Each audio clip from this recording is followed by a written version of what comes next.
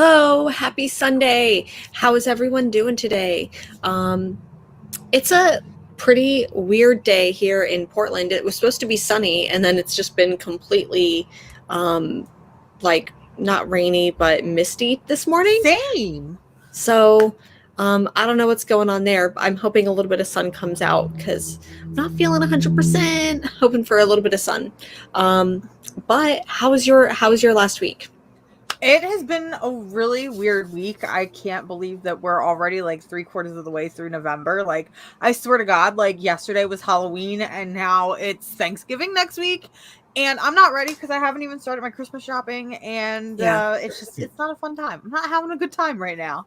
Yeah, I'm not like I don't really like celebrate Thanksgiving. To me, it's not one of those like holidays that you like, I don't know, I just kind of want a good touchy food. subject That's there. all I want. Yeah, I think that sharing food is really important. I just know my partner's going to make I really hope some bomb ass breakfast casseroles, the only thing that I'm wanting. So There you go. excited for that this upcoming week. Um, but let's go ahead and get started.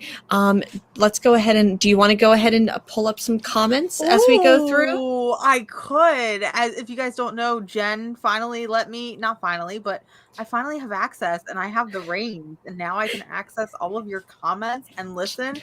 I just feel so powerful right now. You don't even believe, like, so powerful. So She says, Jen let me. It's a new feature that just popped up like 2 weeks ago. Oh, interesting. Never mind then. Either way, I have the power now, friends. Yeah. So we're going to go ahead and I'm going to pretend to be Jen. We're going to go ahead and say hi to some friends in the chat Hi. today. Brandon, Comics Kings, coming in with our first comment of the day. Howdy, Hey. friend.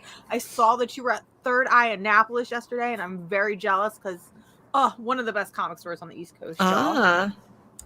JT, Tailgate Station, Mars, and Jen. Howdy. Thanks for joining us. This feels like so weird to do. How do you do this week after week? I don't know. Super Stick Boy, howdy, friend. Hello. Officially Unofficial Geek.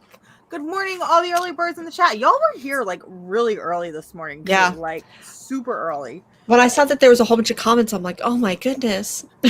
I love it though. I love it. Keep the comments coming, please. Bobby, howdy to you, Bobby. friend. Scott just popped in to say hi. Have a great show. Gotta catch the replay. Listen, Thank you so that much, is friend. A-okay. Thanks for just popping in, and of course, for watching us on the replay. And of course, the queen coming through. Station. I'm just gonna pop this comment up here. Listen, Sheena is probably one of the best human beings on this gosh dang literally planet, girl. We love you so much. A goddess among us mere mortals. Goddess among us. Azorius Tiger Comics, hello, friend. How are you? James Phelps, what's happening this Sunday, Comic Fam? Jen and Mars back with another great show. Thank you so much for being here. Thanks for joining us again, especially after our crazy last week with our 1-year anniversary. So if you weren't here last week, if you didn't watch it on the rewind, Casually Comics, we officially hit our 1 year. It's insane.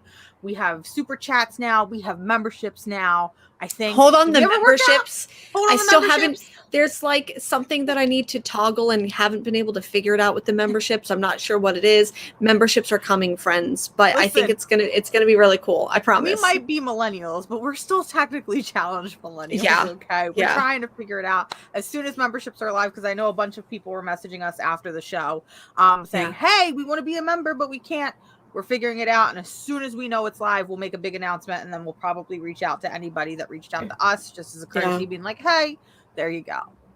Let's see. Hello to Niall. Good morning to you. Good morning.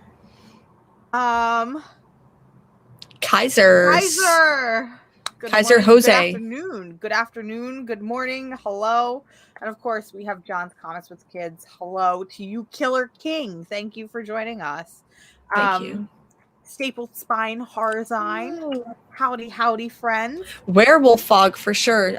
Stapled Spine is another Portlander here, and I woke up around like 4:00 this morning and saw that it was really foggy, and I'm like, I wonder if it's going to be like this at like 8:00, and sure was, and it still is. So you're in Silent Hill right now, is what you're saying. Mm-hmm. Exactly. Wednesday spoiler. Thank you so much for joining. Signing in. Over and out. Miss So, thank you so much for being here.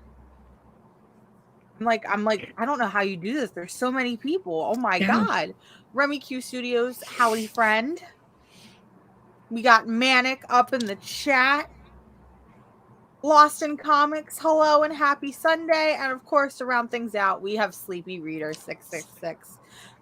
Thank you so much, friends, for joining us. We are ready to start a fantastic show. There's not a lot of news out, but I feel like there's a bunch of stuff that happened this week. Marvel recently announced that we are getting a Gwenverse series, and I got a lot of feelings about that. How are you feeling about a Gwenverse series, Jen?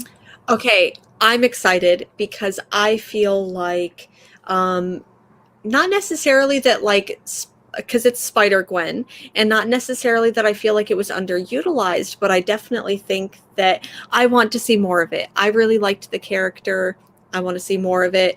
I personally, I don't know, I think that it's one of those titles where people at that time were like, we don't need these characters becoming different than the characters that I had already seen. You guys know what I mean when I say that. But now seeing people love these characters, where like characters like Miles Morales gets a lot of love, and then characters like Spider-Gwen are definitely getting a lot of love. So, but I know that maybe you have different feelings. So see, I feel the complete opposite. I personally am sitting here like, why do we need a Gwenverse?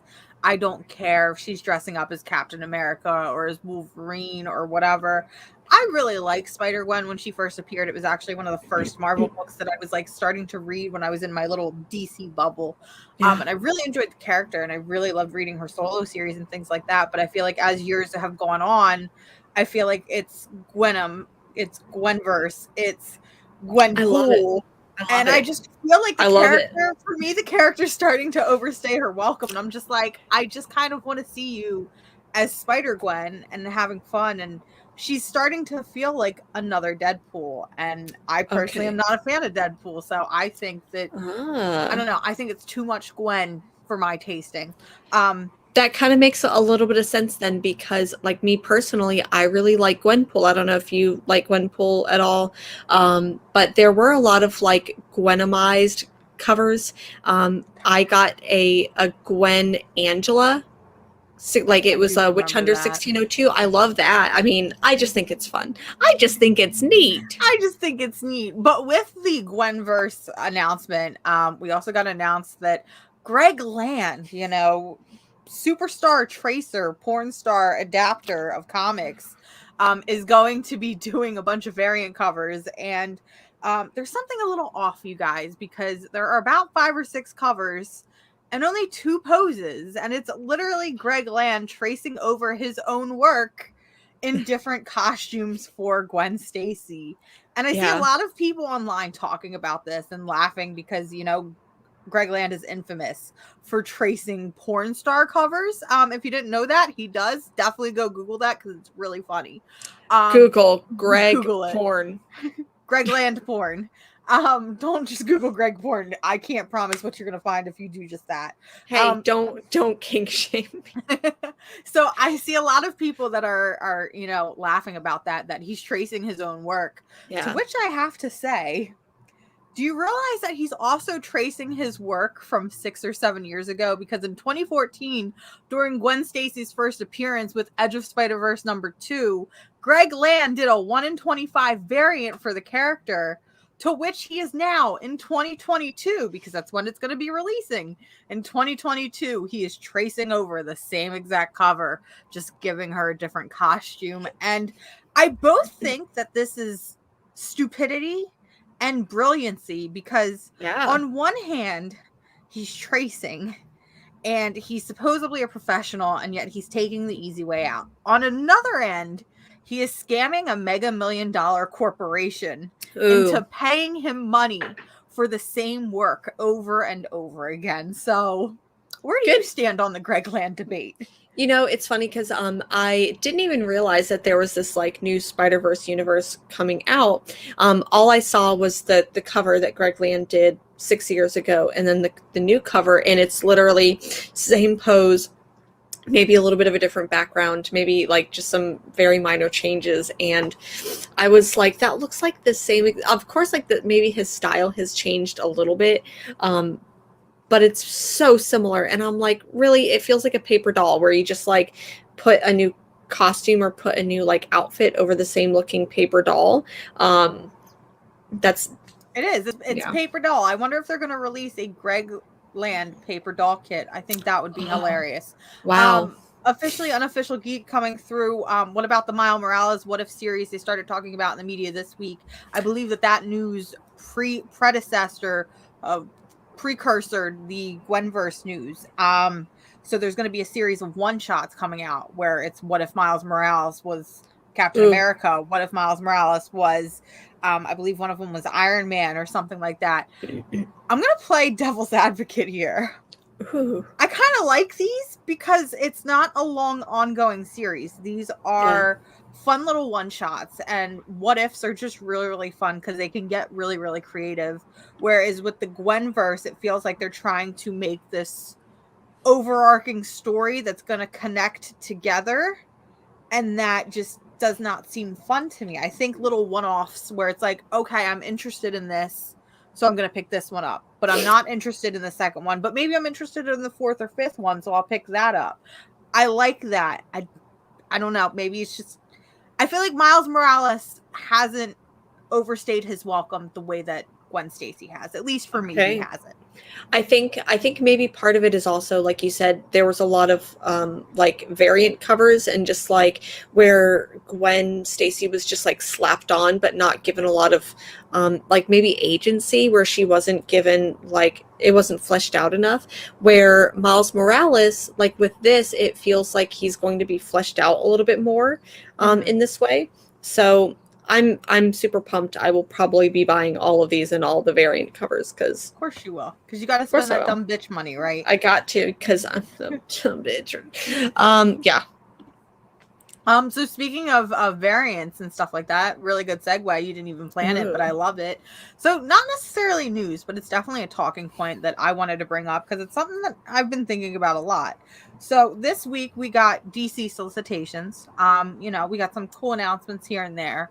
But one of the things that I noticed while reading DC solicitations is that it feels like we're getting a return of 1 in 25 incentive variant covers that aren't for first issues. So if you don't know, 1 in 25 is literally your shop buys 25 issues of this cover or this series, and they get one copy of this variant cover that they can price up however they see fit. And I get it for number ones. I totally get it for number ones because it feels like shops tend to order heavy on new issues and new number ones, and it's a way to drive readers in.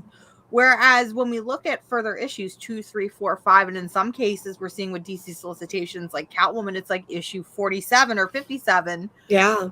You're not going to have nearly as many orders on some of these books. So you might be lucky if your shop even gets one copy of these really cool incentive variants. And as somebody who just loves collecting covers in general and spending dumb bitch money egregiously, it pisses me off because I'm okay with paying $4 for a cover, but I don't want to pay $25-$30 for a cover only to have that cover increase and spike as time goes on, because we've seen some of these go for as high as $100 in some cases. And it's just really frustrating. And we've had this conversation for a while of variants and of course the paper shortage and things like that, and yet it feels like DC is just kind of stoking that fire. I agree, and I think that doing 1 in 25 incentive variants for issues that aren't necessarily the first issue, it's a money grab for them, because a shop may order, like depending on your shop size, they may order 10 to 20 of the first issue, but then usually half that. From what I remember at the shop, it would normally be half. So say they order 30 of the first issue, they're only going to order 15 of the second issue, and then maybe so on and so forth. And so the reason why, like if you go to your shop, you're not paying cover price, you're not paying $3.99 for your like incentive covers, because you basically have to pay if they don't make up the losses on the other issues that they can't sell. So if they order 1 in 25, they have to order 25 of the A cover in order to get 1 of the B or incentive cover. So you are paying a surcharge for them if they can't sell the rest of the 25 of the A cover. And like you said, when it comes to like issues 4, 5, 6, 7, whatever, they may not sell 25 issues, so you have to pay for that. Exactly. So I do think that depending on the variant covers, we'll see. Sometimes I like the variant covers, and sometimes I'm like, oh, that's worth it. Sometimes it's not.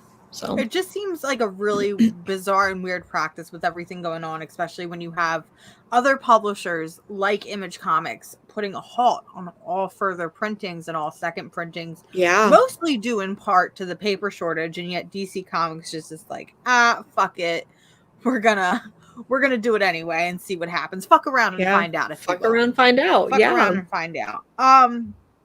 In terms of comics, there isn't too much going on, but of course, there's always nerdy stuff going on. Of course, we have Hawkeye coming out next week, which I am really, really excited about. But we both recently saw Eternals. You saw it last week. I saw it last night, finally. What do you think? How are you feeling about Eternals? I liked it. I didn't like it. That's a hell of an answer, Jen. I know. So just to deep dive a little bit into why I did like it. Like, I liked a lot of the characters. I liked, that they made them seem more human.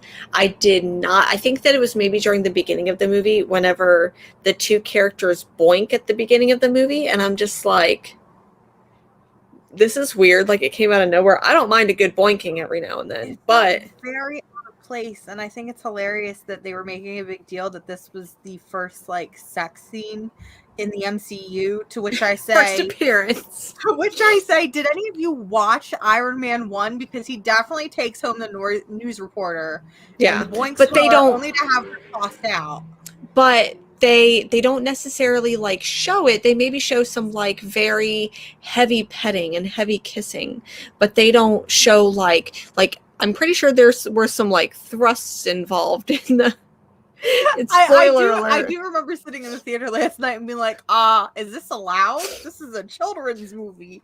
I mean, to which I will say, Eternals feels like one of the first, I don't want to say adult MCU movies, but it definitely feels like one of the more mature MCU movies, which is what it was being marketed as. So when I say that, I say, if you were to take, if I were to see this movie at age 10 or 12 or whatever, I could see myself getting bored as hell out of my mind, because there is a lot of world building, a lot of conflict between characters that isn't necessarily punching each other in the face. The 10-year-old in me wanted that. I wanted to go to the theater and get that. I knew that this was going to be a different movie. So I knew that. I do wish that this movie had been, hey Luna, sorry, my big old fat cat just came up here. But I do wish that it was a TV show. I wish that we would have gotten some fleshed out of these characters. I think if this was built up as I don't want to call it a Game of Thrones thing, just because there are 2 main actors from Game of Thrones in it, but I feel like if this was built up as maybe the MCU's version of Game of Thrones, where it took a little bit more of a mature approach, kind of in the vein of Loki, we would have gotten to see a lot of these characters be built up more than what we saw, because I feel like you had 10 characters in this movie. We got to see them very much at face value. That being said, I enjoyed this movie a lot more than I thought I was. I felt like I was being dragged to the theater to see this last night. Oh, wow. And I came out of it being like, you know what? That was pretty neat. That was pretty cool. Kind of enjoyed it. There were some really good fight sequences. I really like the idea that we have 10 different characters, all with 10 very different powers. I love the idea that you have 5 that had sort of aggressive powers. So we had a Superman character, a speedster. We had Gilgamesh, who literally has just iron gauntlets. But then we had 5 characters that had more defensive abilities. We had a healer. We had somebody who could speak and take over the minds of others. We had a master tinkerer, an engineer, builder. I just think that the way that it was presented was very interesting and did keep me engaged. I just felt like I wanted to see it go so much farther. Yes, than what it was. I really wanted the Eternals to go more cosmic and very weird, and they didn't do that necessarily. They did get a little bit into that, but not enough for my particular taste. They kept a lot of it pretty much on Earth.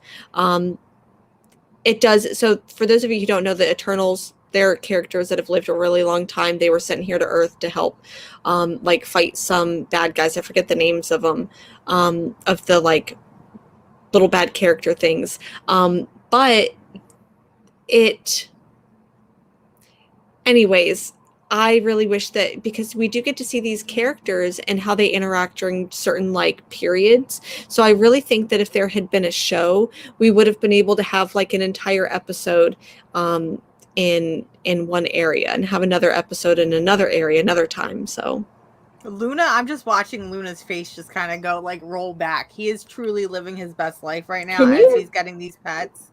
Can you hear him? I cannot. I know. Okay. I've heard him before when we're not on stream. For some reason, whenever we're on stream, the mics don't pick up his purring. Yeah. I feel like here's the thing. We need to fund to get Jen into a bigger place so that way she can then have a secondary camera that's just focused on Luna. Just a Luna cam. Just a Luna cam. We need a Luna cam. But that was Eternals. Like I said, I enjoyed it a lot more than I thought I was going to. And would definitely watch it a second time. Maybe not necessarily in theaters, but I feel like it's something I want to know more of. I wouldn't mind. I liked these characters. I do want to see them return. That's definitely how I feel. Like, I know that I'll watch this movie again whenever it comes out on, like, Disney Plus. Am I going to go see it in theater again? Probably not. But, you know. Exactly. But there was another thing that came out this week that was very... I don't know how to put this. I'm just gonna come out and say it. We finally got the Cowboy Bebop live action adaptation on Netflix that has been swirling for literally years at this point. Yeah. And I'm just gonna say, I just want to put that thing back where it came from, or so help me. Dun, dun, dun. It was. I watched about half of the first episode, and I'm not a fan. I did not have a fun time. Wow, I have heard kind of mixed reviews, either that it's like too much like the original, that it's like stealing too much. I really haven't heard too much of like it's not enough like the original, but I haven't watched it yet, so like all of my perspective is just from that point, is that I haven't watched it yet. But the original anime is one of my favorites. It's my favorite. Now, granted, listen, I got on the Cowboy Bebop game late in my day. Like, I literally just discovered it like 5 years ago, but it became one of those comfort shows for me, where when I was feeling upset or depressed, I'd put it on even if it was in the background, and combination of the music and the characters and just the themes of Cowboy Bebop, you know, kind of brought me back. So seeing something that felt very serious at times turn into something that was pretty much a joke, it felt like, because as you were saying with what you've seen so far, is it does feel like a direct adaptation of what we've already seen, which I find really conflicting because, you know, as this was developing, a lot of people were afraid that this was what it was going to be. And we were constantly being reassured that, no, this is new stories. These are new adventures, new sessions. And from what I saw, it was a direct rip from the Cowboy Bebop movie and the first episode. So I don't know. I guess I'm the only person that doesn't like it. That's okay. Yeah. And that's okay. If you love it, great. If you don't, that's okay too, because at the end of the day, we have both. We have both the original and the live action adaptation. The original's not going anywhere. So if you don't enjoy the live action, I'm going to go watch the original. It's fine. I'm waiting for everyone to be like how they do with like Ghostbusters and stuff and be like, this adaptation ruined my childhood. Like, I'm just imagining the people who are like, it ruined my life. But my partner watched it. I have not been feeling really well the past couple days. So like we watched an episode of Wheel of Time, and then they watched the first episode of Cowboy Bebop, and they really liked it. So I'm looking forward to when I'm in proper mental state, if you can ever call what I'm in a proper mental state. But I do plan on going back and watching it eventually. It must just be me. Apparently I'm the only one that doesn't like it, and that's fine. Wouldn't be the first time on this show, y'all. I'm excited to go and watch it with your perspective, though. So it's interesting. I will say this. It is definitely the best looking porn parody I have ever seen. Oh, wow. Because that's what it feels like. Some of the, not saying that I've watched porn parodies, but I'm aware of them. You haven't? I have not watched this is a whole parodies. Okay, I'm gonna send you some of my favorite funny ones. But listen, porn parodies, some of them, they have really good set designs and they have really good costumes. And I feel like that's kind of what we're getting with the live action Cowboy Bebop. Travis, you came in at the perfect time, friend. Yeah, we are discussing porn parodies, I guess. But I guess, is it time to talk comics? Do we have anything else? Any other breaking news? I want to talk about one thing just because we mentioned porn parodies. So I need everyone, when you're done with this show, I need you to look up on YouTube PG porn. And the reason why is because there's this thing called PG porn, and it's like typical scenarios, and it's like bang bus, but instead of banging the people that they get on the bus, it's helpful bus, and they're just very nice. Or like you get a construction site, and it's like someone is actually like helpful, but then it goes awry. But it's totally, it sets it up as if it's going to be a porn, but it's totally PG. It's really funny. And do you know who it's directed by? Oh no. James Gunn from Guardians of the Galaxy. So a couple years ago when it came out that he said some horrible shit about some shit on Twitter, and I'm like, y'all, have you not watched the PG porn that he did? Because like that is so not safe for kids. So I mean, it technically kind of is, but anyway, since we were talking about porn parodies, that's one of my favorites because it's like totally PG. That's your 2 cents, right? That's my 2 cents. Yep, you're welcome. Oh my goodness, I love that. But we have comics to talk about, friends. We do. So I have a pretty hefty stack. You always have a hefty stack. Listen, I was a good little comic nerd, and I got all of my books read the day after I picked them up. So I'm very proud of myself. That never happens, guys. You can ask Jen, every Sunday morning I'm like rushing to read my books before we hop on stream, and sometimes I'm reading them backstage. So I got all my books read.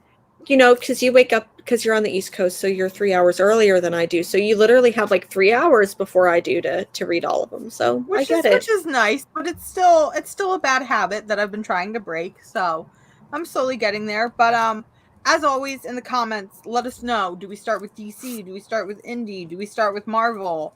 Jen, what do you think we should start with? I don't know.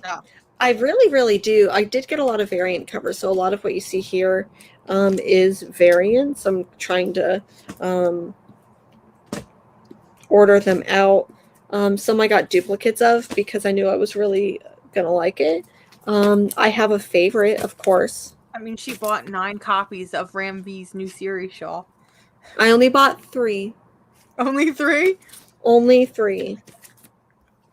I'm proud. And you're gonna be actually really proud of me because this is all DC and variant covers for DC, and I am proud of you. Bigger than my stack of indies. I actually don't think I read any Marvel yet this week. Really? Okay, that makes me feel better because I only have 1 Marvel book. Okay. Officially Unofficial Geek is saying start with violence. Listen, I have something to tell y'all. I only have a small sliver of violence in me today. Yeah. Okay? There's only 1 book in this massive stack of books, and you can place your bets now on what it is that I did not like, that I absolutely hated, and that I did not finish. Was it indie or was it DC? It was indie. It was an indie title that I could not finish. So place your bets in the comments below. What book did Mars not finish this week? But I'm thinking maybe we should start with, apparently officially Unofficial Geek is starting, violence is starting with DC. Okay. So, and is the violence for Robin's number 1? The violence is not for Robin's number 1, but I guess we have a starting point. Yeah, let's start with DC. Jump into it. Yeah. All right, I am going to move this beautiful big loaf. Oh my goodness, baby. He gets like 10 pounds heavier when I try to do this. I know, but I know. No. My heart just split in two. Okay. Sorry, y'all had to see that. Okay, so let's start with Robin's number 1. I think we should start with Robin's number 1. And can we just listen, y'all? Can we just appreciate Babs Tarr and what we've been served with this? Because, listen, 12-year-old me is very happy to own a half-naked, very sexualized, but very tasteful Dick Grayson. And the gift is just going to keep giving. So for each issue, we're getting very, I don't want to say sexualized because they're not sexualized, but they're very spicy covers. So next month is Jason Todd. So you know your girl's going to be buying like 4 copies of Jason Todd. It's fine. It's no big deal. She's reading it for the articles, y'all. Reading it for the articles, y'all. Robin's number 1. This has a long, brutal history behind it. So over the summer, DC Comics did a literal round robin where they pitched, what was it, like 12 different series that were, every single one that they announced seemed so cool. We had Justice League Queer, we had Robins, we had a really cool Swamp Thing book, a Justice League Dark book, a Jesse Quick Flash book, you know, and a lot of these were for characters that we haven't really seen stories for in a while, or if at all, and a lot of these seemed really unique. But Robin's number 1, you know, I feel like the majority of the fan base looked at that and was like, well, we all know which book is going to win. There's no reason for you to even have this little battle off poll thing. And surprise, surprise, Robin's number 1 is the book that was picked for the round robin and was finally published. I went into this book wanting to hate it. Like, I was already mad about it because of what happened. But I really enjoyed it. I had a fun time. You know, so I read this book right after I read Superman, Son of Kal-El. And we'll talk a little bit about this one later. But I feel like a lot of what both of the books were for me were these, not like legacy characters, but like characters really connecting with like who they are, like this really like introspection on who they are. So this one literally takes all of the Robins that we've seen and is like, well, like it felt very meta, very self-aware. Am I using that term correctly? Where it's like all of the characters were like, well, I'm this one, so I need to do this. And I'm this one, so I need to do like, that's how it felt like to me. I really liked it. I thought that the conversations were kind of fun. I'm really surprised. I think towards the end of this, I saw that it was written by Tim Seeley. And I'm like, really? That surprised me a lot. So like I said, I wanted to go into this book hating it because of everything that happened. And then in the first couple of pages, I got a little, I don't want to say worried, but I got a little worried because it felt like with what they were setting out to do, we already saw and better with books like Nightwing, with the webtoon series, Wayne Family Adventures, where it's very Bat Family focused. And these are, I mean, a Bat Family book, listen, if you told me 5 years ago that your girl was getting 2 Bat Family related books where it's just the sidekicks basically fucking around and having a good time, I would have thought you were crazy. But we got it, and it was really, really interesting. And as you were saying, this book follows basically everybody who has had the Robin mantle. So we see Dick Grayson, we see Tim Drake, we see Jason Todd, we see Damian Wayne, and of course we see Stephanie Brown. And there's this really interesting conversation that they have at like the dinner table, and where they're talking about their time as Robin. They talk about how long they've been Robin. You know, Jason Todd is like, unlike y'all, I was conscripted into being a Robin. I didn't have a choice.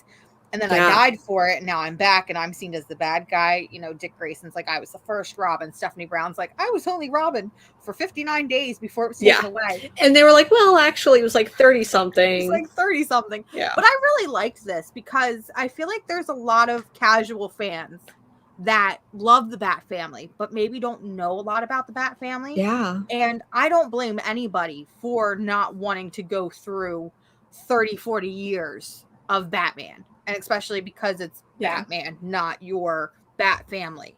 So I feel like this was a good way of giving new readers and readers that love these characters but maybe never read the comics backstories and introductions and kind of giving you little blurbs without overstaying their welcome. I do think that like you don't need to have read all of that to enjoy it and to get like a taste for each of these characters. And I would highly, highly, highly recommend this series so far. It's one of 6, so it's going to be a limited series. But I would highly recommend it for anyone who's been into maybe the animated series stuff. Like I think that this would be an easy entry point for. And the art's really cute in this. So I've noticed that with a lot of DC titles lately, with Robin, with Robins, with Batgirls, which is coming up, with Nightwing, we're starting to get a lot more fun and stylistic and kinetic art, and I really, really appreciate that. Even with the mainline Batman series, we're seeing Jorge Jimenez doing artwork, and he has a really unique and popping animated style that I feel like doesn't feel like your normal comic book stuff. We're even seeing that in things like Superman, Son of Kal-El, so I really love that. I absolutely adore. So we in the ending of the series, we basically get this reveal of a character that almost seems like she's obsessed with the Robins and wants to bring them down for whatever reason that hasn't been revealed, but she's created this Robin persona, and I just think her design is, let me see if I can get that in there without a glare, but her design is probably one of the cutest things I've seen in a while. I really love this character, and I want to see more of her, and I hope we get to see more of her.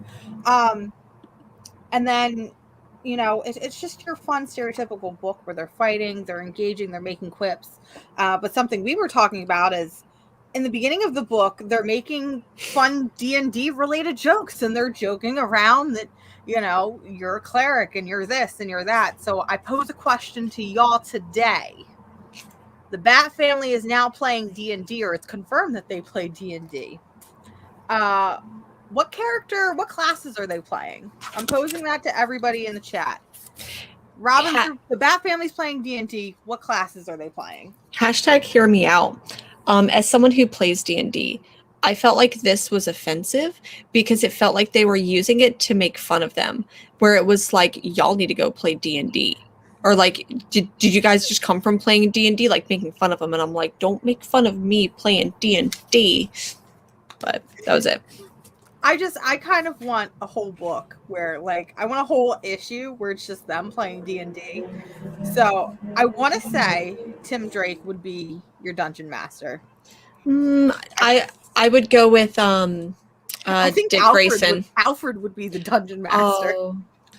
I think if we're just limiting it to the Robins here in this, I would say Nightwing. Okay. Would be the DM.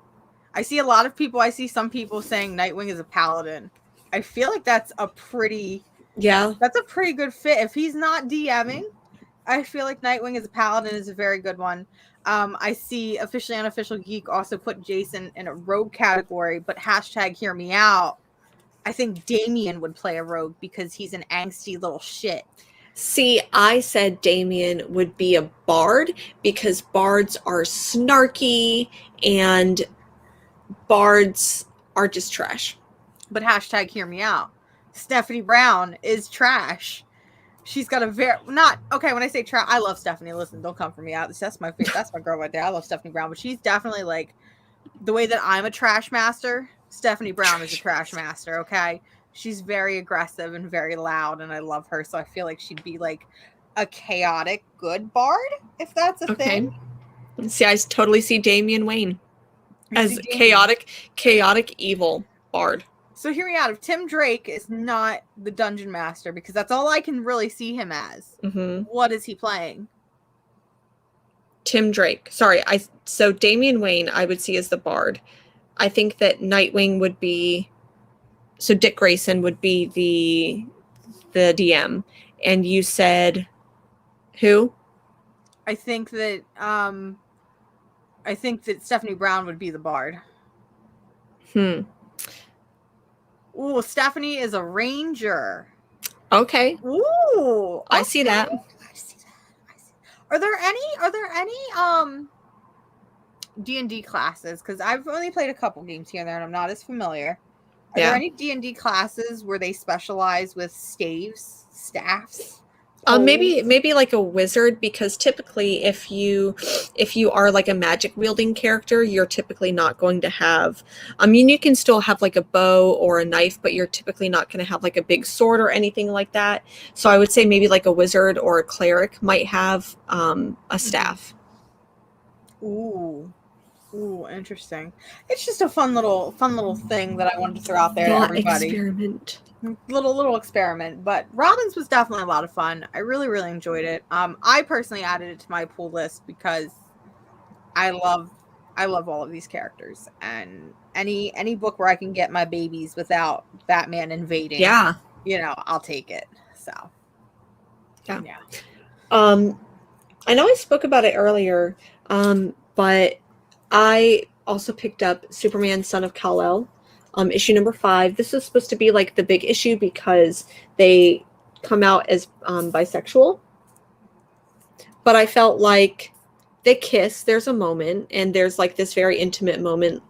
Sorry, let me kind of back up. So with this issue, John Kent is basically trying to do everything. Like, he's trying to literally take on all the burdens of the world. Like, there's something going on over here, so I have to rush to it. There's something going on over here, so I have to rush to it.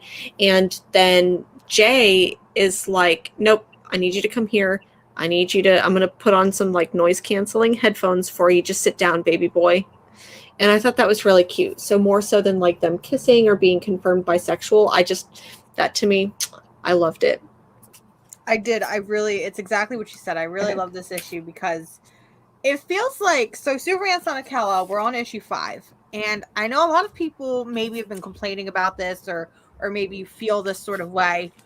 There hasn't really been in 5 issues a structured story.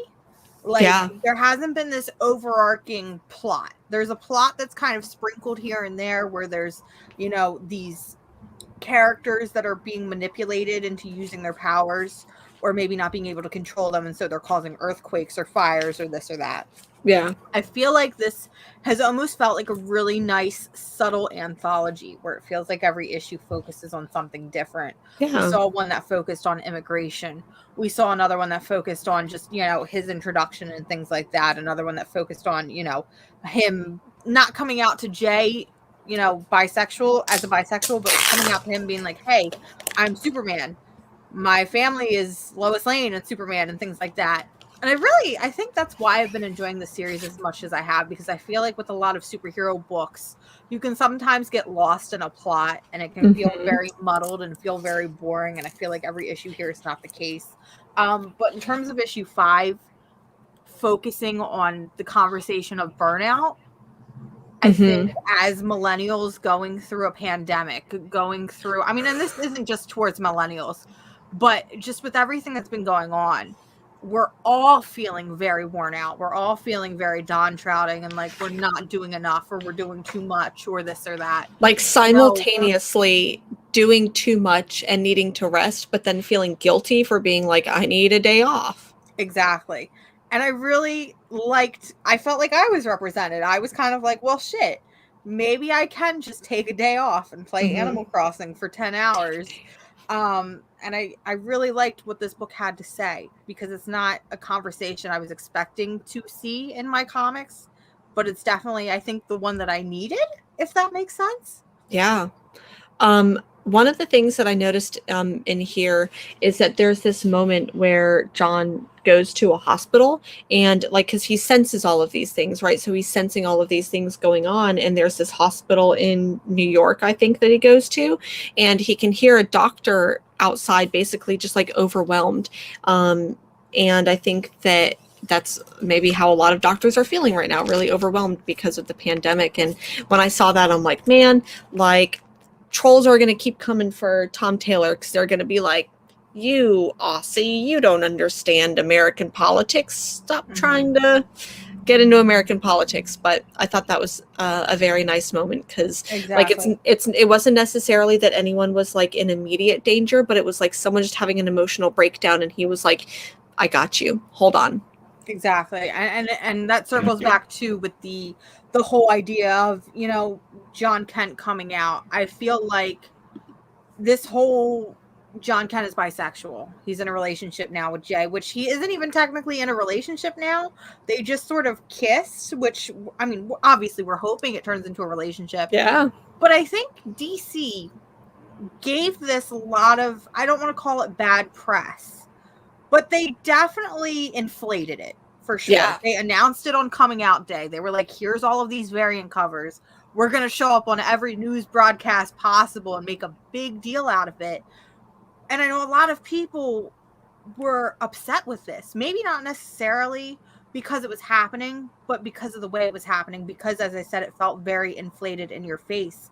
And if you're somebody who was reading this series and maybe weren't going to continue it, or maybe was a little upset because of the way DC was going about it, I'm telling you right now, the way that they do it in the actual book, I don't want to call it subtle because there is a full page splash kiss, but it's a matter of they kiss and that's it, and they don't make a big deal out of it, and they don't talk about it, and they don't go into this whole conversation of, and we get this with a lot of queer stories, they don't go into this whole conversation of, maybe I am queer, maybe I'm not queer, I don't know what I am. It just happens, and it feels natural. It's just two people that have feelings for each other, and they express those feelings. That's it. So, and I think that if you have been reading the first 4 issues before this one, granted it released early, but I think that like going back and reading issue 1, you can tell like there's vibes. So part of me wishes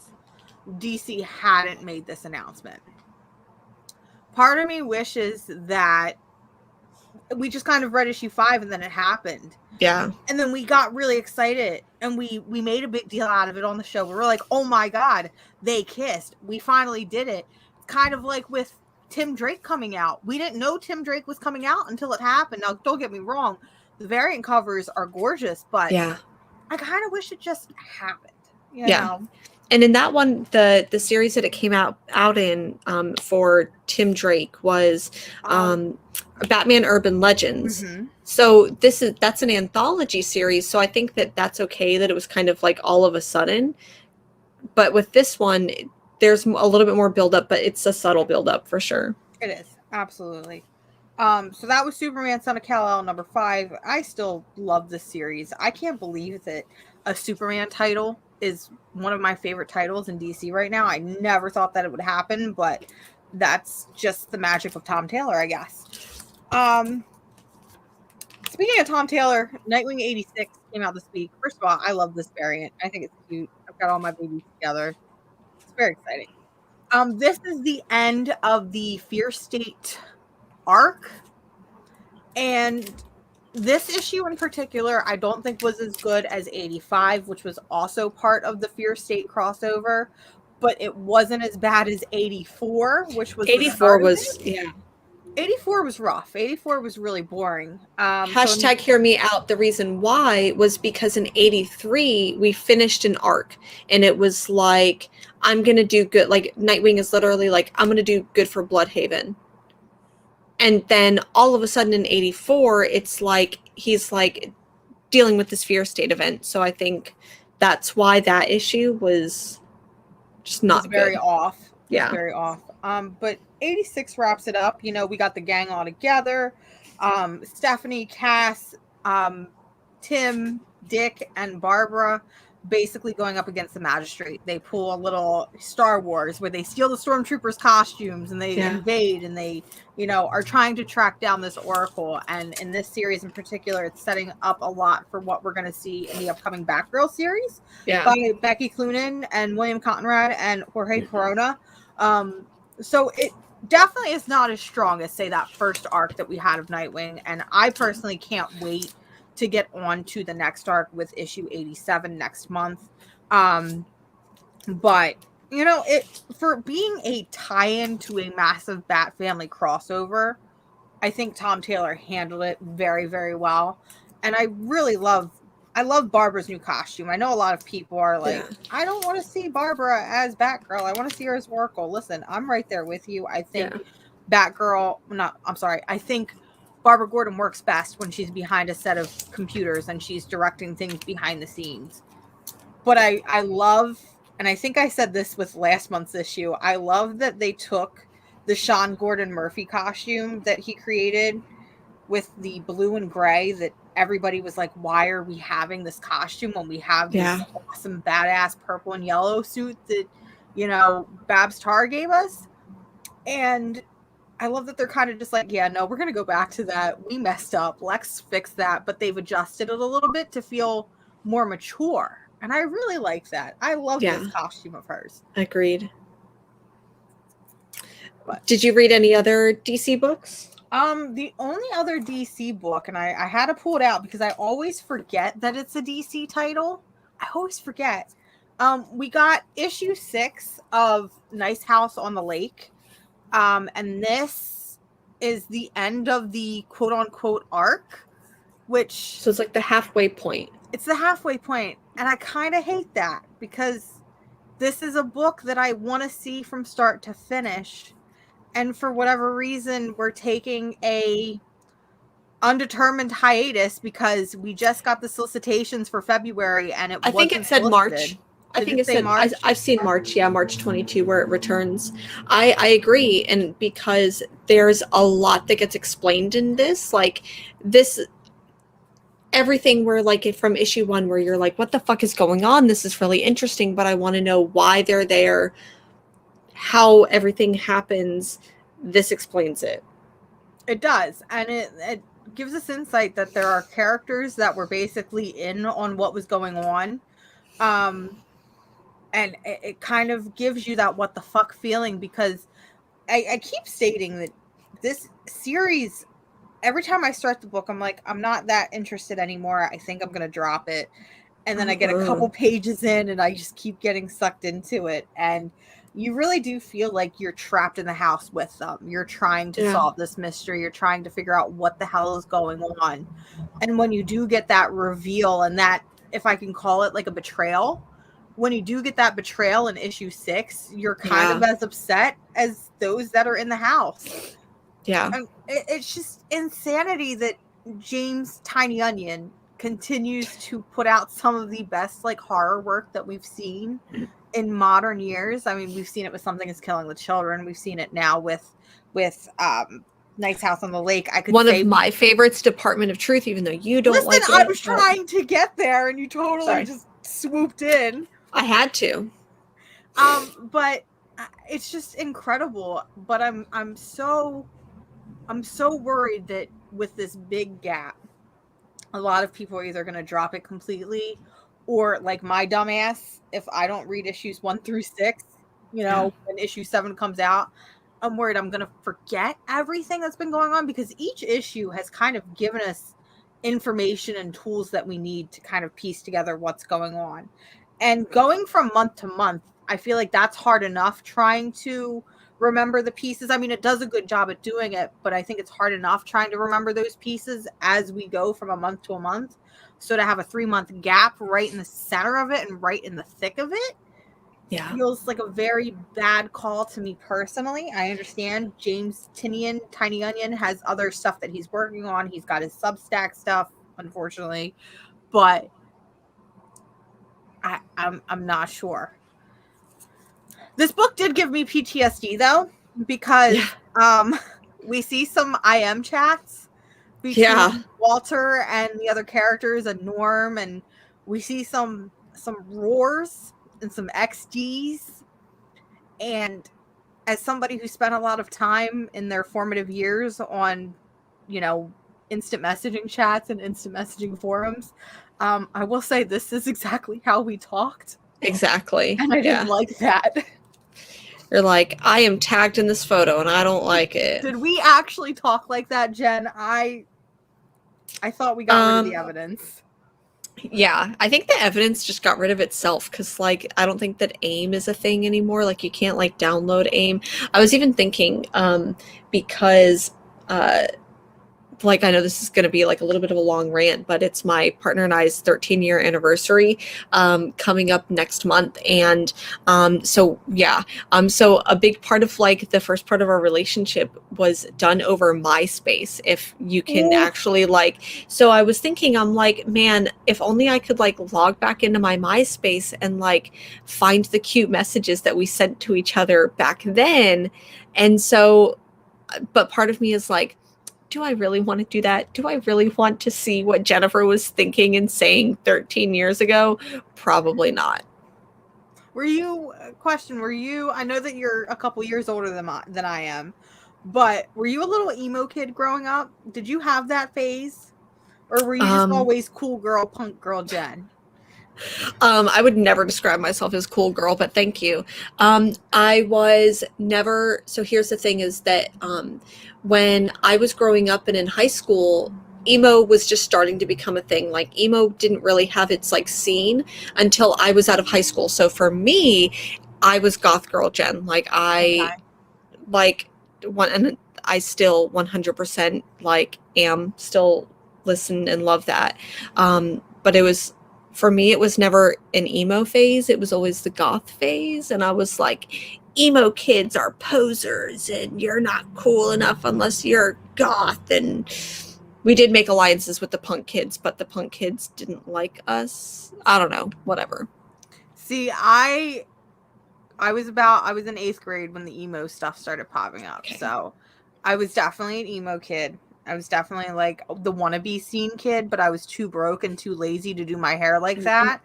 Yeah. Then I quickly changed and I became goth. Mm-hmm. And I got really upset and pissy when people would say you're emo, and I'd be like, no, I'm goth. Yeah. And then my goth phase quickly kind of reverted into a punk phase. So I went through like the different stages of weirdo. It was kind of like a Pokemon evolution where it's like emo girl digivolves into goth girl, digivolves into punk girl. And now I'm just kind of, weird goth punk, whatever you want to call it. I don't know. Labels are stupid. It's weird. I definitely think that like now kids don't necessarily have those like labels. Right now, I feel like they just kind of lump everything into big titty goth GF. Yeah. I think that that's where everything is, and I guess if that's where I fall, then that's where I fall. I'm totally okay with big titty goth GF, I guess. I don't know. Gen Z, y'all are doing a great work. Keep up the great work. Just keep me in the loop, basically. Just keep me in the loop. Just don't hate us millennials the way that we hated. I don't want to say we hated Gen X, but we definitely hate boomers. Just don't hate us the way that we hate boomers, okay? Exactly. So that's all the DC books that I have. Okay. I've got a couple more. What do you got? And so that makes me a little bit sad. I'll talk about this one. I have another DC book, but continue. I forgot. I had a. Is it Wonder Woman Evolution? It's not. How was that though? I really liked it. I feel like we get to see old lady Wonder Woman. That's what it felt like to me. And basically there's this like next step of evolution in the threat. So then like there's a threat coming from space. It's done by Stephanie Phillips and I really, really enjoyed it. It's a one of 8. So kind of a limited series. Mm-hmm. And that I believe, don't get me wrong, I believe that was a Comixology original. And that was now kind of like what they did with, I believe Sensation Comics was the same way where they were little snippets here and there and then pieced together for a print issue. So okay. The other one that I got, so I got Supergirl Woman of Tomorrow. This is a beautiful book, but this one is way too wordy for me. Like really? This one is way too wordy for me. And of course, Tom King does the thing where he goes back and forth between narrating what the character is thinking and then what the character is saying. And it's just too choppy for me. Just do one or the other. It's still a really beautiful book. And I might try to read it when it's just all done. Because I do like Tom King that way. But I agree. Tom King definitely feels, aside from, Batman and Catwoman, which to this day I still think is one of the worst things I've ever read in my life. Tom King definitely does better when he's collected. So we look at Mr. Miracle.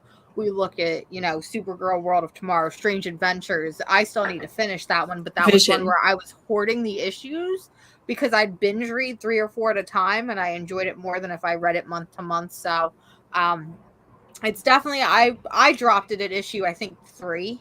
Okay. Because I wasn't enjoying it month to month and would rather see it all collected. But I still think it's a very interesting take on the character. Yeah. I heard somebody say, does she like punch Superman in the face and call him like a bitch or something in this issue? I thought I heard something where she got a little sassy with Clark this week. She got a little bit sassy. I don't remember her like straight up like punching him like that.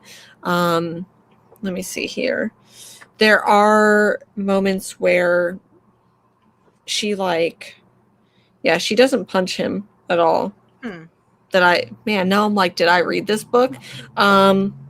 She does get sassy. She doesn't like punch him though. There are moments where like, they go to the Himalayas, but it might as well just be the Cave of Solitude. Yeah, no punching. What other DC books did you pick up this week? I picked up one. You picked up one. And it was my favorite. Which one was it? The Gardener. Really? Okay, so then it's different than the book I picked up. So tell me about The Gardener, because I love, first of all, that cover by Christian Ward is just gorgeous. So all the art is done by Christian Ward in this book. I wish somebody told me. I would have picked it up. What the hell is going on? Just wait. So not only is all the artwork done by Christian Ward, so this is like a secret file. So we basically we don't get the origin of the Gardener. This is actually an origin for Poison Ivy. And spoiler alert, there was a relationship between the Gardener and Poison Ivy. And it also mentions some of the original swamp. Gay. It was very gay. It was very, very, it was only a little straight. Actually. And the Gardener does mention my boys Swamp Thing, Alec Holland and Jason Woodrue. So anyways, this was an absolute fantastic book. It definitely goes into the psyche of Poison Ivy and how she had goals on what she wanted to do, and then she got a little bit too crazy, then started. So we get this beautiful moment between Ivy and Harley, but then before this, we do get a relationship between Ivy and the Gardener. So this was just an overall beautiful, beautiful book, and I'm really surprised you didn't pick this one up. I might have to pick it up. So I will say this. I haven't been catching up, or haven't caught up at all, period, with any of the James Tiny Onion Batman stuff. Me neither. But I will say this. I really, really appreciate a lot of the characters we're getting out of his run. So we've gotten Punchline. I know you're not crazy about Punchline, but I think in terms of aesthetic, she's a very interesting character. We've seen Miracle Molly. We've gotten the Gardener. We've gotten Clown Killer.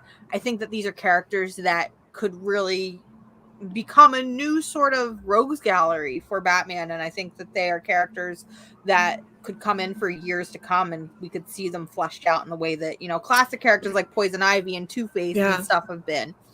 That's kind of how this issue mentions Poison Ivy, because even the Gardener's talking with Batman, and she says, Ivy wasn't one of your typical rogues. All of the other ones wanted to do bad, just to do bad or for like their own ends, but all of the bad and all of the evil that Poison Ivy did was for the better of humanity.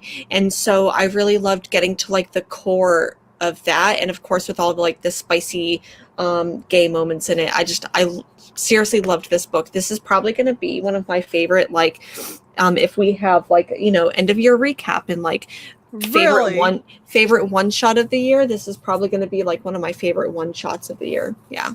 Oh, that's awesome. That's really awesome. That's definitely one that I'm now going to have to look out for and kind of catch up on. And you said that was your last DC book? Yeah. Mm-hmm. Okay. So I had one other DC book that I had I have a digital copy of it because somebody sent it to me and was like, you need to read it. So I read it. And that was Nubia, Queen of the Amazons, #2. Oh, yeah. Which I was kind of like, I was on the fence if I was going to read issue 2 or if I was just going to pick it up by trade. So like I said, my friend gave me a copy and I read it. I don't want to say it's not as strong as #2 because I think for me, it's just not. I've always struggled with Wonder Woman books. I feel like Wonder Woman gets very dense, very wordy. Yeah. But for a lot of people, that's a good thing. One of the things I will say about Nubia issue 2 is it feels very what I imagine Wonder Woman to be. So when I think of Wonder Woman books, I always go back to Greg Rucka. That is the penultimate Wonder Woman writer, is Greg Rucka. Hikatea, Eyes of the Gorgon. These are classic stories that formed and shaped the character. And it feels like what Vita Ayla and company are doing is very similar to what Greg did, bringing the Amazons back to their roots. We're getting to see a lot of focus on a lot of Amazons that we normally don't get to see. Kind of like in the way that Legends of Wonder Woman did that, where they focused on a lot of Themyscira, but in a more mature tone. And one of the things that I really, really liked about Nubia #2 is we're getting to see the return of Medusa. And listen, I am a complete and utter just hoe for Medusa. She's my favorite. I love Medusa.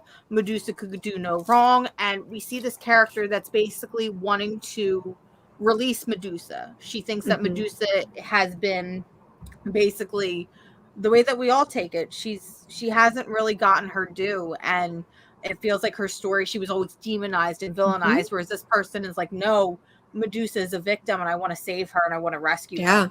And I think that could honestly lead for a very, very interesting story. And the fact that they're doing it in the eyes of Nubia and instead of doing it in the eyes of Diana, I think adds to that additional layer, because we've said it before, Nubia has never gotten her due in the history of comics. And it feels like 50 some years later, we're finally doing it right by her.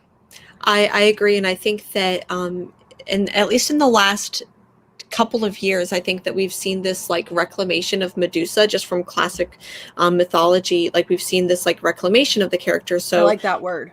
So like we've been seeing that, we were taught that Medusa was just so beautiful, that she was cursed by Hera in order to, like, if anyone saw her, that she would turn, Hera was so jealous of her that if anyone saw her, you would turn to stone. But we've seen, I think, in these last couple of years, this like reclamation of Medusa, where it's like, well, this actual storytelling of Medusa is that maybe she is the survivor of sexual trauma, sexual assault, and we are going to show Medusa that she is reclaiming her own power, that she is not just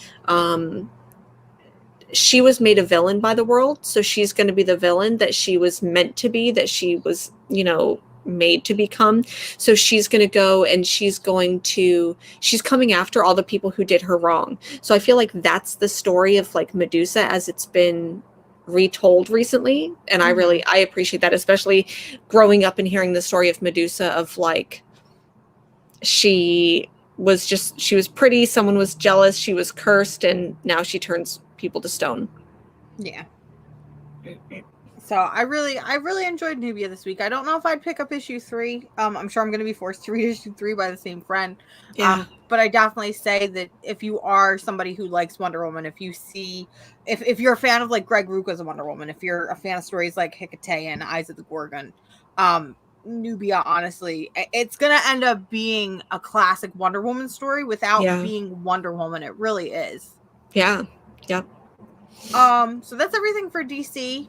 Do you want to do your one Marvel book and then go into DC? I can do my one little Marvel book. It's Moon Knight. It's Moon Knight #5. Can I be honest? I think I'm gonna drop Moon Knight. I'm not. So this was definitely a better issue than like the last 4 that we've gotten, but nothing will ever, I think, top #1.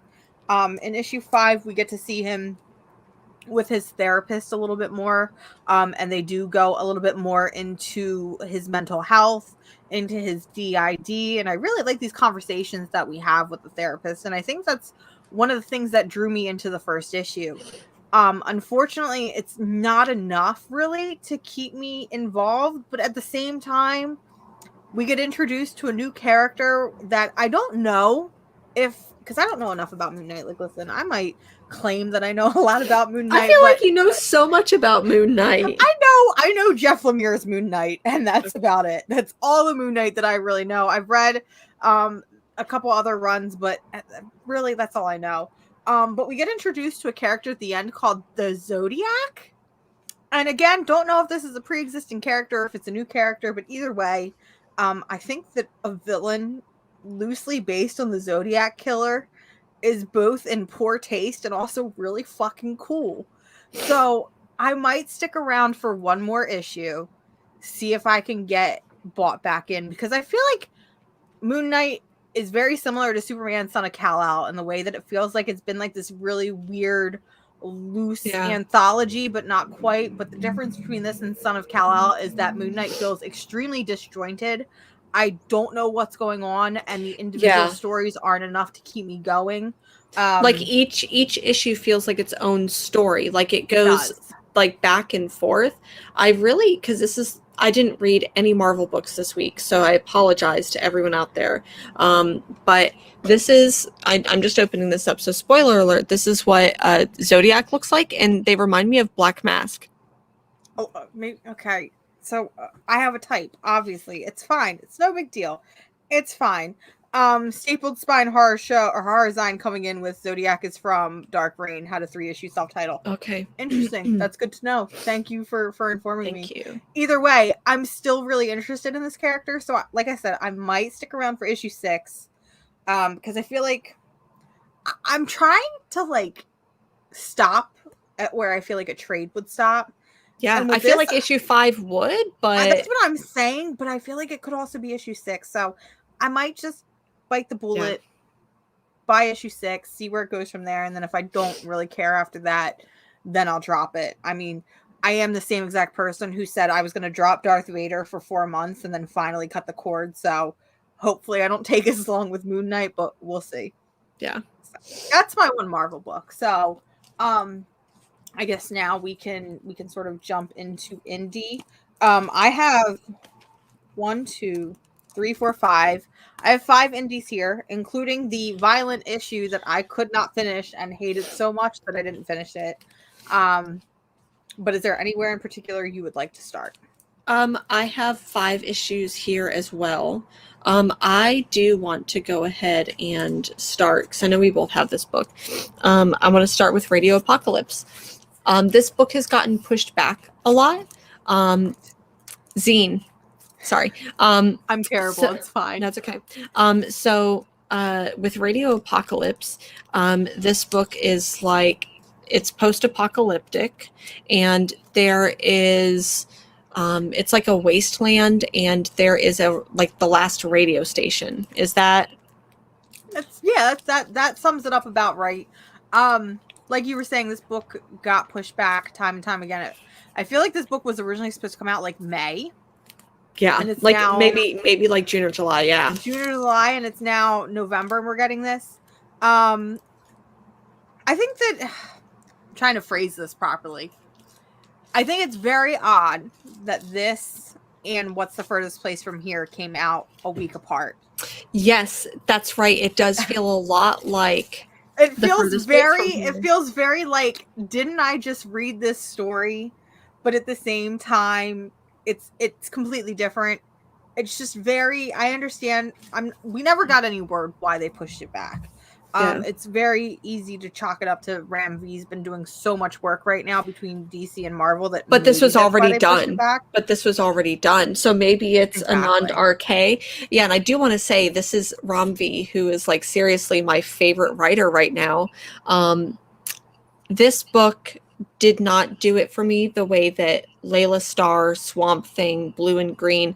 It was good. It hit me at some points, but it didn't give me like that 1-2 gut punch that the other ones did. You kill me. I know. I'm the complete opposite. So you being the Rom V queen, I texted you and I'm like, I need you to read this. I love this book. I'm obsessed. I actually think that I don't want to say this out loud. I think that this was stronger than What's the Furthest Place from Here. Oh, okay. I thought you were going to say then Layla Starr, and I was like, ugh. For me, it was, and here's why. We already know, and if you don't know, here's your new learning fact about me. I fucking love post-apocalyptic shit. That is my jam. It is my favorite genre. Listen, if it is post-apocalyptic, I'm going to read it. I was drawn to this. I loved it. First of all, this book is gay. Thank you for being gay. I appreciate the gay. The artwork in this book it's so fucking good. I love the art. Like static. It's not static. It moves. It's kinetic. It moves. It's kinetic. It's very bizarre. It's very weird. It's very colorful. I would love to see what this book looks like without the line work and with just the colors. And maybe I'm saying that because I was reading Hawkeye this morning and they have a whole little splash where they show you the coloring from Matt Hollingsworth without the line work. So I would love to see that with Radio Apocalypse. That'd be very cool. I'm trying to like put the words together because I loved this. This was like my favorite thing that I read this week and immediately got put on my pull list. I feel there's a lot of people that are saying similar to what you said, where it wasn't enough to drag you in. It feels like you were mentioning before backstage that there wasn't enough world building for both the characters and like I need more. Yeah, you need lore. Which I trust Romvi enough. Like, this isn't going to be one where I'm like, I didn't really love issue 1. I'm not going to pick up I'm going to pick up the rest, and I'm going to pick up 2 of every cover and every variant cover. I personally feel like this is going to slowly feel like an anthology where it almost feels like we're using the broadcasting center and we're using the music as a character. The broadcasting center is its own character and it's centered around this character and everybody else that it comes into contact with. So yes, officially unofficial geek. There is a soundtrack type setup in this one, and I love that. And you told me you didn't listen to it without music. I didn't, and you told me to, but then I'm like, I don't know what music I'm supposed to listen to. And so I'm going to go back and I'm going to read it with it. So I feel like maybe this is my journalism brain that's like slowly picking things out, because I feel like Baby Comic Mars wouldn't have done this before, but on the very first page in our credits, it says, "Dear reader, this comic was written to playing music over speakers, sometimes on vinyl, others remembered on CDs and audio cassettes. This story was told with tunes and words and images twining into the inseparable thing in front of you. Let's make a deal. I'll tell you the best story I can about lives, loves, loss, and joy. And you, when you find an image or a line referencing a song or a character playing music on the boombox, Walkman, or handheld radio, I want you to find that song wherever you listen to music, and I want you to play it." And I was like, all right, I'm excited. I was like very meticulously looking for what song I had to play. That's what I was like, what song do I need to play? It isn't until the very end of the book, within the last 3 quarters, where one of our characters, mentions "I'm on Fire" by Bruce Springsteen. And I fucking hate Bruce Springsteen. I can't stand his music. I'm sorry. But I love the song "I'm on Fire." I love the song "I'm on Fire." And I actually never knew that it was a Springsteen song. Okay. So as soon as it started playing, I was like, oh man, I love this jam. Didn't know it was Springsteen. I have some feelings right now. But I read it very slowly after that. And I feel like with the tone of the music, with a lot of the way that the music flows, it carried a lot of the story, because a lot of the pages that come after are silent pages. There's not a lot of dialogue. And I feel like that is carried by the music that you're supposed to play with it. So I think that if you play this with music, I think it kind of increases or intensifies the weight of the book. I personally don't think I'd love this book as much, maybe if I didn't play the music along with it. Okay. Which might be maybe why you weren't as connected with it. At least that's what I'm hoping. I'm going to go pull out my record player and my vast record collection and see. No, I'm just kidding. Spotify. Oh, no, 100%. But I really liked Radio Apocalypse. It makes me really excited to see what we're getting next, to see what music is going to be with each issue. I think like that's kind of what I'm most excited for next, is what music is going to be the backdrop. So that leads me to our second question of the stream, the show, whatever, is what song are you broadcasting for the end of the world? For me, I'm going to go full goth girl, and I am going to This one's going to be a toss-up between Lucretia, My Reflection, and Dominion, Mother Russia by Sisters of Mercy. I like Dominion. All right. I put so much thought into mine.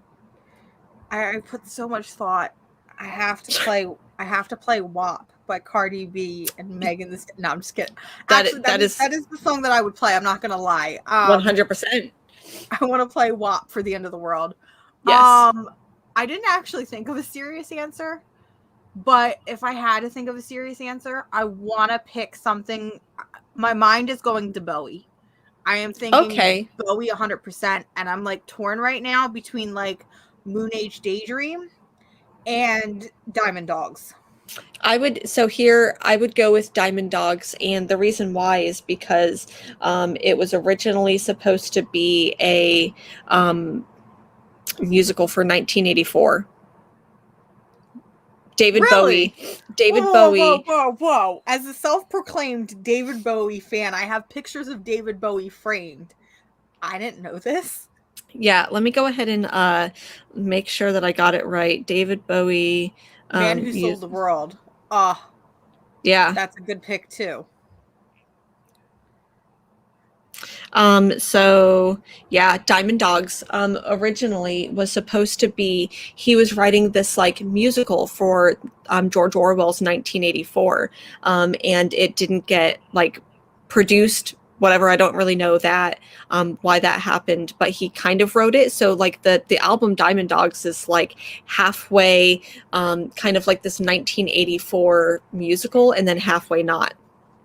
It is. Oh my God. Okay, so now I know what I'm doing this afternoon is I'm going to go through and play Diamond Dogs and kind of piece that all together. I'm really digging a lot of these answers here. There's some really, really good ones. Yeah. I like how they're kind of, I don't want to say all over the place because it sounds rude, but they are. They're all over the place. Yeah, it's very, because you could easily say something very stereotypical like Skeeter Davis. What is Hold it? Up. Who the fuck is Skeeter Davis? No, the what's the song that they played in Eternals, where it's there you go. That one. Okay, got it. You could easily. I'm thinking it's going to be like Conway Twitty. I thought Skeeter Davis was Conway Twitty. It's the female equivalent of Conway Twitty. Let's be honest. Oh my goodness. But you could go very, very. I like these options are great. I really like these options. Thank you, chat, for them. But this is definitely my favorite Volt comic that we've seen in a while. Yeah, it's it has been a while since we've seen a lot of Volt, but I think that was it them or was it maybe another publisher that was like, we're only going to do one per month. Into 2022, they are only doing one series a month. And that's okay. I really like that they're doing that because it, gives us a break. It gives them a break. But I don't know. Radio Apocalypse, I really liked it. I know you weren't a fan and you broke my heart, but that's okay. It's not that I wasn't a fan. It's just that, like, it didn't give me the 1-2 punch. Like, I expected going into this book, immediately reading it, thinking this is going to be my favorite book of the year 2022. Mm-hmm. Yeah. It's not there yet, but it might be. It might be. I've got 4 more books here. Eat the Rich, number 4. Did you read it? Mm-hmm. I fucking hate it. This was the book? Okay. Choose Violence. No, this isn't the book, but I didn't like this. Okay, so I lied. Okay. Maybe there was 2 books I didn't like, but okay. I feel like we've regressed. I feel like we started off Eat the Rich with, okay, it feels like you're stereotypical. She's horrified. She's got to get out. But then issue 3, which happened last month, she's kind of playing with the dark side and she's kind of falling into... She's totally invested. She's totally like invested. All in it. She's all in it. She's going full-blown evil. Maybe not evil, but she's going full-blown cannibal. Yeah. In number 4, it's like... we've gone back and now she's like, maybe this isn't so good. Mm-hmm. Why am I doing this? We also got this out of nowhere lesbian romance going on between her and one of the other characters, which I'm here for it. Here for the gay, but I need some context. It felt like there was literally, it was like, oh, she kissed me on the beach and all of a sudden I don't want to have sex with my boyfriend anymore. Like, what? I mean, like... I get it, but no, I get it too. No, and I love that. I love that for them. I love that for me. I love that for us as readers. Hashtag hear me out with my editor gamer wacky brain. This issue could have went somewhere totally different, especially with the way that we're set up. We could have seen our main character, and I'm having a brain fart with what her name is right now, but we could have seen our main character, fall deeper into the family, fall deeper into the cannibalism. Mm-hmm. We could have seen her kind of take on this role and kind of become like the heir to this cannibal family and this tradition and this ritual. I thought, honest to God, that her boyfriend Aster was going to be the one to be like, no, this isn't right. You're going crazy. We need to leave. We need to break this cycle. And he was going to kind of upstage her and become our new main character. And I think that would have been really interesting to have this character who is a part of this family, who has taken part in this ritual for years and years to come, see that his partner is now falling into it and is being brought into the fold and being like, well, we can't have that. And I thought that's how it was going to go. And I was like really invested in those first couple pages. I'm like, oh shit, it's issue 4. Things are going down. Yeah. And then it kind of just cycled back into that traditional horror trope, basically, that we've already seen before with Ready or Not. Yeah. Yep. This definitely obviously this was probably written before Ready or Not came out, but it feels a lot like that for sure. It does. So I didn't hate it. I was disappointed, which may be worse than hate. I want to know the book that you hated. You want to know the book that I hated? Yeah. What book did you hate this week? A little book called Getting Dizzy. Okay. I didn't get that book, so thank you. I couldn't finish it. I was really, first of all, I love this cover by Kara McGee. Kara McGee is one of my favorite artists in comics. She's so underrated, undervalued, and underappreciated, and I just love everything she does. I don't even know what to say about this book. I thought we were going to get another like slam where I thought it was going to be this young girl who was getting into roller derby and it was going to be really, really cool. And instead it's like this really weird coming of age, young adult, all ages story, which I'm totally cool with because I feel like Slam was more for like actual young adult. There was some, they were in their early 20s and finding themselves. She's literally in like middle school, and it starts off with she's a ballerina, but she's not good as a ballerina. And then we talk about how she had done roller derby, but she wasn't good at that. And she like has quit everything she's done. And I'm like, okay, cool. I like this. And then this like magical thing comes down to earth and these demons spawn out. And she basically has to become the chosen one, for lack of a better word. And I like the concept that you have this girl that is so unsure with what she's doing with her life because that she's like forced. That she's so unsure with her life because if she feels like she's not good enough in whatever she does, but at the same time she wants to be like the quote unquote main character, but she fails at being it. So now she's kind of left with that responsibility and she gets to go into that. This sounds like the opposite of a Mary Sue. Like whatever people think that a Mary Sue character is, that feels like the complete opposite of that. Exactly. Which I appreciate. But once we get introduced to some of the magical stuff, characters are being thrown in left and right. There's action sequences that don't work at all very well. Yeah. And overall, this book just feels extremely amateurish. Okay. And I think that that's really ironic because this book is written by Shea Fontaine, who did all of the DC Superhero Girl stuff. Oh. So she's already familiar with being able to write these like really cool, badass, all ages protagonists. She's really great at doing action pieces. I mean, I read DC Superhero Girls, and that's supposed to be read by like 12-year-olds, and I still really enjoyed it. But this felt like baby's first comic, and it felt like the editing on this was really bad, and I only got about halfway through it before I finally was like, I'm out. I'm done. I'm not even going to finish it. Do you think that was Shea's comic, like maybe self-published before she wrote all the DC Supergirls, and maybe before she had a better editor team? It's possible, but even if this was an early script, right? If this was a script she had written before DC Superhero Girls, it still needed to get through an editor in 2021 today before it went to print, and it should have been edited before it went to print, and it wasn't. So somebody over at Boom dropped the ball. I'm really, really annoyed because we've had some really great all ages books from Boom. We've had BB Free, we've had Wind, we've had what's that one? The Last Witch. These were all really enjoyable titles, and this I was really excited to read this. I wanted to be like, John's Comics with Kids, get this book for your girls. It feels like the perfect type of book, and it was not fun. It was not a good book at all. Did you get any other indie books? I did. I got 3. Chicken Devil, number 2. It was good. It was interesting.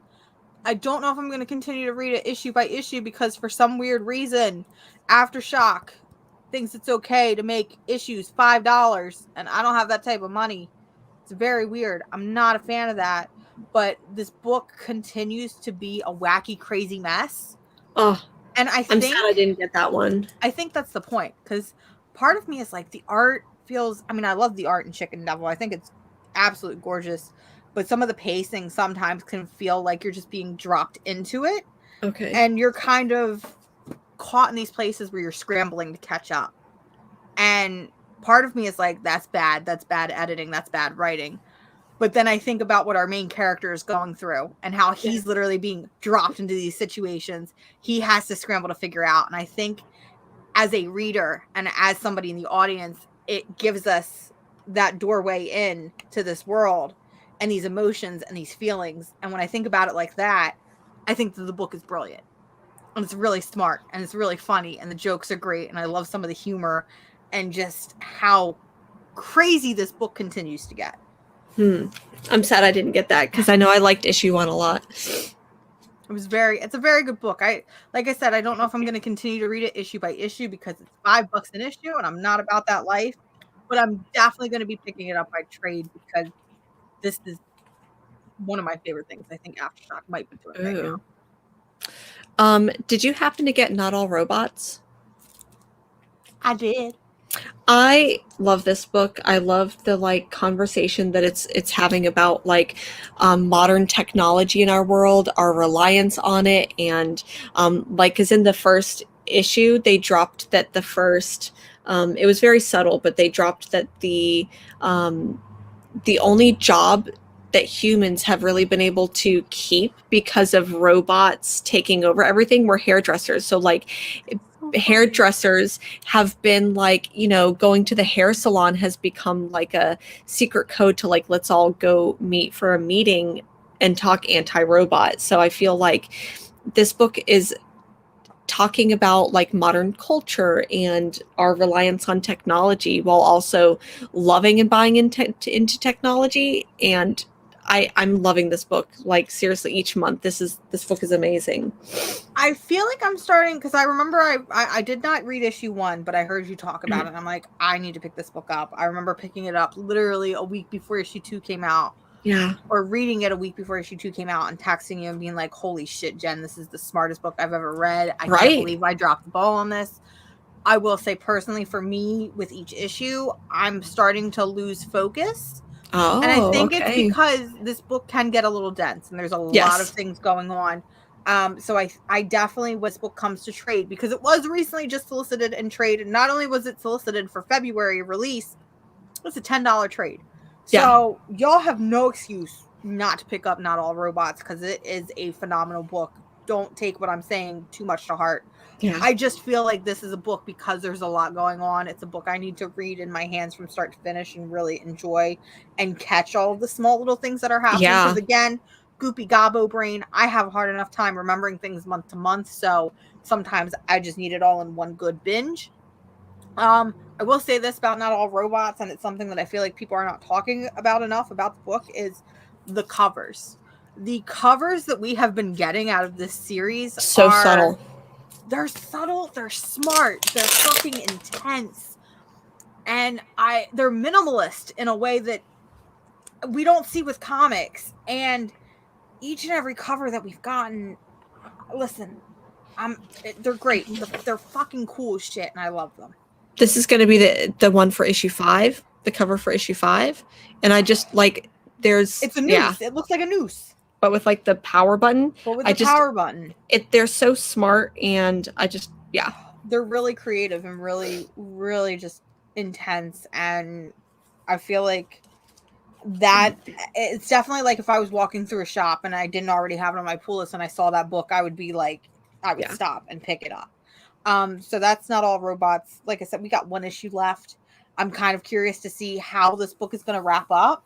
I think it's going to be heartbreaking. I think it's going to it's going to be heartbreaking. I think it's going to be rough. And the more I think about this series as a whole, I think we said it on a couple of different of the streams that we've covered with Not All Robots. I want to see this book adapted. Yeah. I would love to see it as a Netflix show because I think it could get really wacky and really weird. But I also want to see more from this universe. I want to see like spin-off one-shots, and I want to see more into like these weird, wacky robots and the way that they've taken over society and the way that our world has changed, because dystopian books can get very watery and they can all kind of blend together. But when you can do something like this where it's very inventive and creative and it keeps me guessing how the world has evolved, I want to see more of it. Yeah. So true. I would look a one shot for this universe would be a really good idea. It'd be really great. Any more books? I have 2. I have no more indie books. I'm free of books. One of the last books that I have, Savage Hearts, issue number 5. This ends the series. I just have to say Aubrey Sitterson is such an underrated writer. Please pick up everything that they are doing because they are fantastic. Other book that I got, issue number 3 of Primordial. I thought it came out last week, but it didn't. But issue 3 of Primordial, we get more into a little bit of the history on how the other animals were made. Is it Laika that was made, the dog? And we get to see, it gets so weird and so cosmic. I know like that's not maybe necessarily your jam because it does get a little bit weird, but there's like conversations between the dogs and the monkey, and I know this is going to definitely be a emotional ending book for me for sure. But that's pretty much all that I have. Yeah, that's all I have in single issues. I did pick up this week that I'm so fucking excited for, and I've been waiting forever. And then when it finally showed up, I was like, oh fuck, I gotta pay for it now. And that is the deluxe edition of Something's Killing the Children. The slipcase came out a couple weeks ago. I personally didn't want the slipcase because I think slipcases are boring and it's not going to look great on my shelf. So, this is like a library edition. So it's the first 15 issues.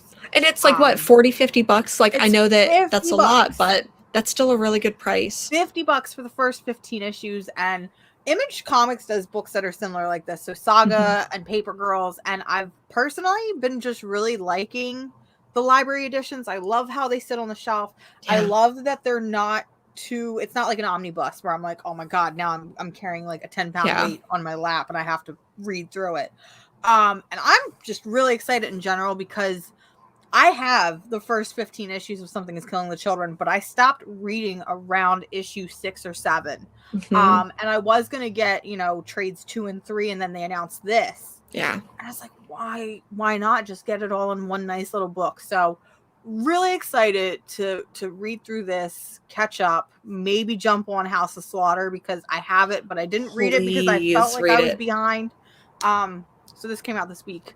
Definitely pick it up if you haven't already. This is like the biggest book that's released in the past 5 years, honestly. I think this book rivaled Saga in terms of most popular indie books. I would say that like if there were a group of people, so like maybe if there were a lot of people who weren't picking up indies, if maybe Saga didn't sell mainstream DC Marvel people to pick up an indie book, if Saga didn't do that, I think that James Tynion, Something Is Killing the Children definitely has. So I appreciate that. I did pick up a couple of trades that came out this week. One of them is Shadow Doctor by Aftershock, which I really liked. Loved this year. I did. I also picked up Home by Image. I read the first issue, but then for some reason never caught up with the rest, so I'm really glad that I'll be able to read this. I Walk with Monsters was an okay series. I wanted more from it, but I think I want to try to go into it and just read all of it at once and see if I like it better. I was going to say, I feel like that's a book that's going to read better altogether than month to month. And then I did pick up Catwoman with this beautiful, beautiful cover. So love that. I did pick up some other single issues. I won't go over those. But I did pick up this one that I thought was really interesting. It's called Ex Libris. And the way that it was described to me is that like this guy finds himself in a maze, but the maze is full of bookshelves. And as he's going through and trying to solve the maze, all of the books on the bookshelf have to do with his life and why he's there and why he got put into the maze. So there are also different types of artwork styles. So we'll see maybe kind of artwork like this, but then maybe he opens up another book, maybe a different, chapter. And let me see if I can find. But then this will be another page. So it seemed really, really interesting, and I can't wait to dive into this. Very exciting. So that's pretty much everything that I have going on. Anything that you have, since it sounds like this is probably the end of the show, anything you have coming up this week? Listen, November, as I said at the beginning, November came and went. It's fucking insanity. What happened? What is life? What is time? Yeah. I was planning on having a, 5 or 6 comics or 6 Hawkeye comics you should be reading before watching Hawkeye. I don't think I'm going to be able to do that because Hawkeye comes out on Wednesday, but I definitely am planning filming it this week, possibly either later today or Monday. I haven't decided. Filming a Hawkeye companion piece with a bunch of different recommendations and books that you should be reading, because Hawkeye was the first video I ever had on my channel, Hawkeye recommended reading, and it has not held up very well. It's definitely predating myself, and I feel listen, I watched that video the other day. It's very monotone. It doesn't even sound like me. I don't know who that person is. But my favorite boy in the Marvel Universe deserves, the best. So definitely working on that, and hoping to get that up by the end of the week, along with the 2-year anniversary Q&A special that I have planned. So lots of stuff. Comic Noob wants to know if we review Dark Blood. If that issue came out this week, I didn't pick it up, but I've been reading it, and I've really been liking Dark Blood a lot. Like if you liked Lovecraft Country, I feel like that's along the same lines. Yeah, for sure. Yeah, I don't have anything coming up this week other than my birthday on Tuesday. Yeah, just planning on taking the day off. Nothing too special. As you should. John Kent says you deserve the day off. I deserve the day off. Taylor says you deserve the day off. So thank you. Thank you. I'll definitely be taking that day off. I'm probably going to take the rest of the day off and try to just sleep and get whatever. I haven't been feeling 100%, so I'm probably just going to try to sleep whatever has been icking me. I did take a COVID test. It came back negative, so I think I just got some allergies or something. So changing of the seasons. Yeah. Well, once again, thank you everyone. Thank you everyone who watched on the rewind. Thank you everyone who has been here. Hopefully we will have those memberships up and running next week, and we'll let everyone know. But in the meantime, thank you everyone. Bye. Go ahead and do a little outro for ya. Pew.